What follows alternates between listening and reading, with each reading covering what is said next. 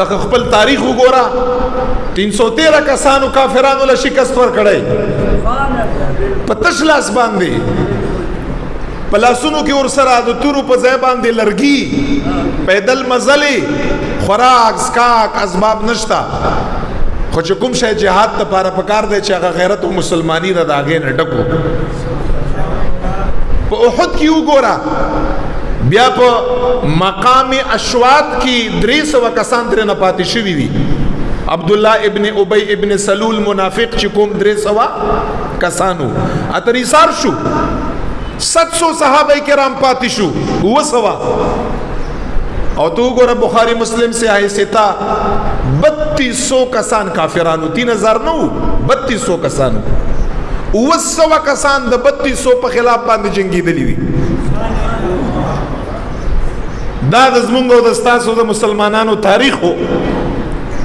د اغوی کور وو د اغوی بچی وو د اغوی ځواني وی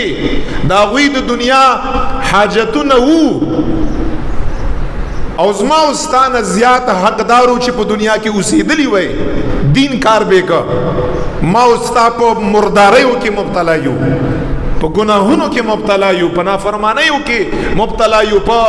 بغیرتیو کې مبتلا یو او غوی دین خدمت کا او بیا هم د خپل ځواني قربان کړي څومره لوی صحابه 70 کسان صحابه کرام شهیدان شوي دي خو غوی دا پروا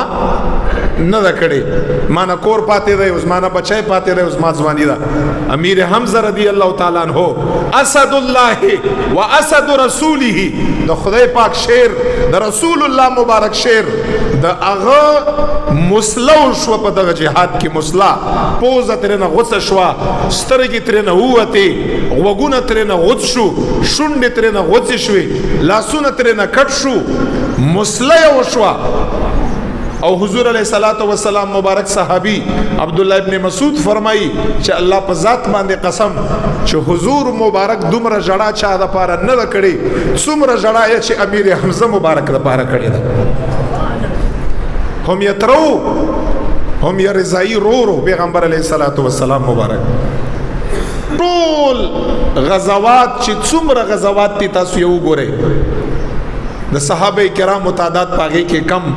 اسلحه اور سره کم اسباب اور سره کم مال اور سره کم پیسې اور سره کم هر څه اور سره کم خو غیرت او مسلمانی او ایمان پکې زیاتو په کم تعداد باندې په هر زمانه کې د دغه کافرانو په خلاف باندې جنگیدلی مونږه आवाज قدر نه شو چتولای او ناس به یو سیدنا عمر فاروق برازی رضی الله تعالی عنہ داغه په قیادت کې به بیا مونږه قسم دی ک اگر شین ک اگر سره تاسو لاړ شئ چې څو پور ازما او د استاد زړه د دنیا حب او محبت نی وتلی او دا څومره چې ما او تا مرګ بدی شي کنه چې مونږ او تاسو یو چې لک کال عمر په دغه سپیره دنیا کې وای اول زما دا خواهش ته بیا د تاسو دا خواهش ته چې زر کال عمر مو وایو 2000 کال عمر مو وایو ټول عمر بسندل تفاته وای په دغه دنیا کې چې دا محبت د زما او د استاد زړه د دنیا نه وتلی